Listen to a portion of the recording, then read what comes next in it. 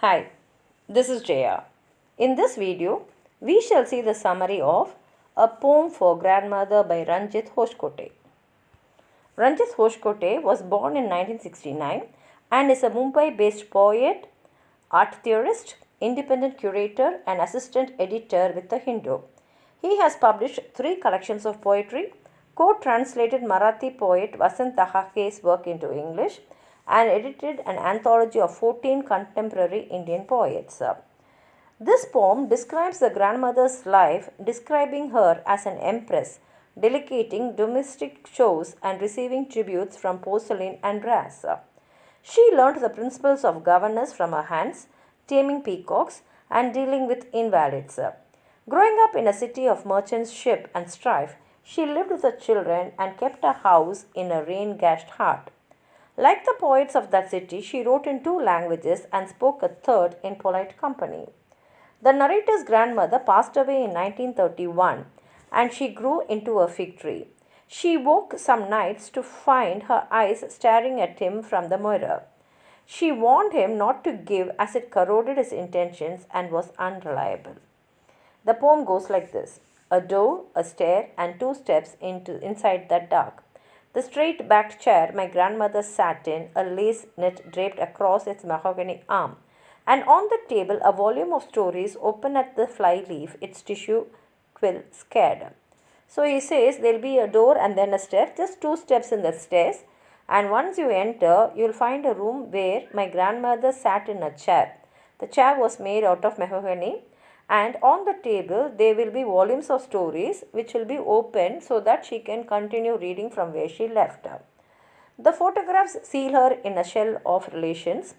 A sepia corset would have her no more than an empress delegating domestic chores. And there will be photographs hanging in the wall where she has taken with most of the relatives, and she will sit in the place and she will, like a queen, allot domestic work to everyone who is concerned. In this room, imagine her gravely accepting tributes of porcelain and sparkling brass, or setting tiger lilies afloat in bowls, or stocking pots of pickled mango in the attic of summer. And in that room only, she will be visited by her relatives who will give her gifts which are made out of porcelain or sparkling brass, or she will be setting tiger lilies in the bowls, or she will be stocking pots of pickled mango in the attic of summer. But the wrong word kills an empress is wrong, an acrid graft on a delicate stalk. Empire was never her creed. Grandmother had to learn the principles of governance from practiced hands.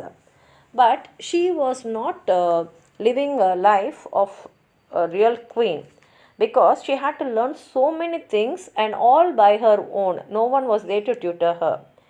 She had to wet the brusque words of command on waspish corons in the inner courtyard, had to tame the peacocks in the garden, and dry the raisins of tax with aunts in law, invalids who ruled from brass bound chest and serene beds of illness.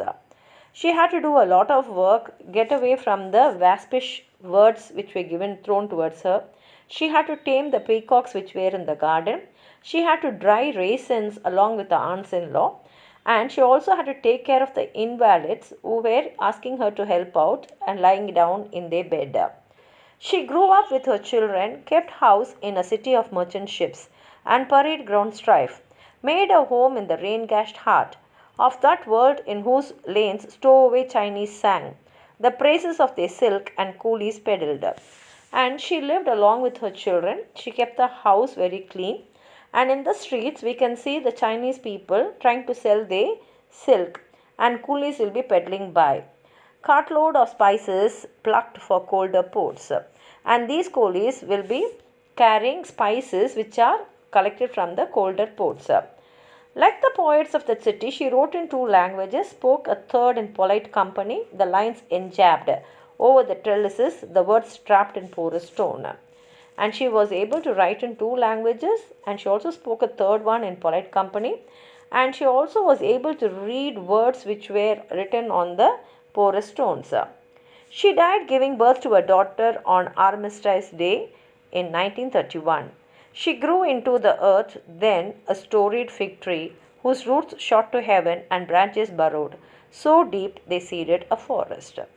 and she died in 1931 when she was delivering her daughter, and she was buried, and top of her a fig tree grew, and the roots of this fig tree were so very deep and the branches were burrowed that they formed the seat like a forest. Giving consumed grandmother, connected to her by nothing more substantial than a spiral thread of protein. I wake some nights to find her eyes staring at me from the mirror. My grandmother used to give a lot, and maybe that is what made her to die so early.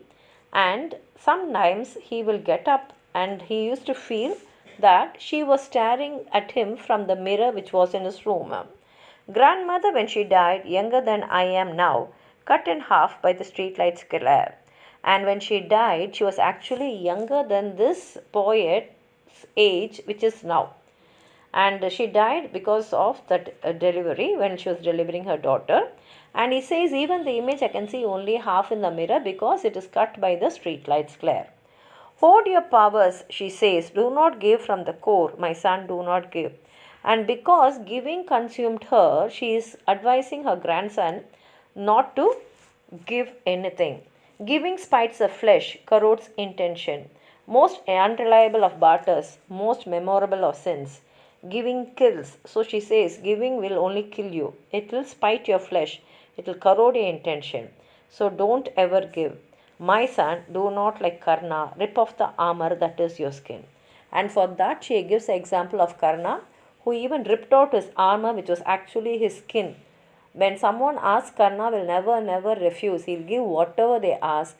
And she says, don't be like Karna who gave everything because giving kills. And here ends the poem. If you have anything more to add on to what I've said, please write it in the comment box. Like the video, share it with your friends. And if you have not subscribed my channel, please subscribe and support. Thank you.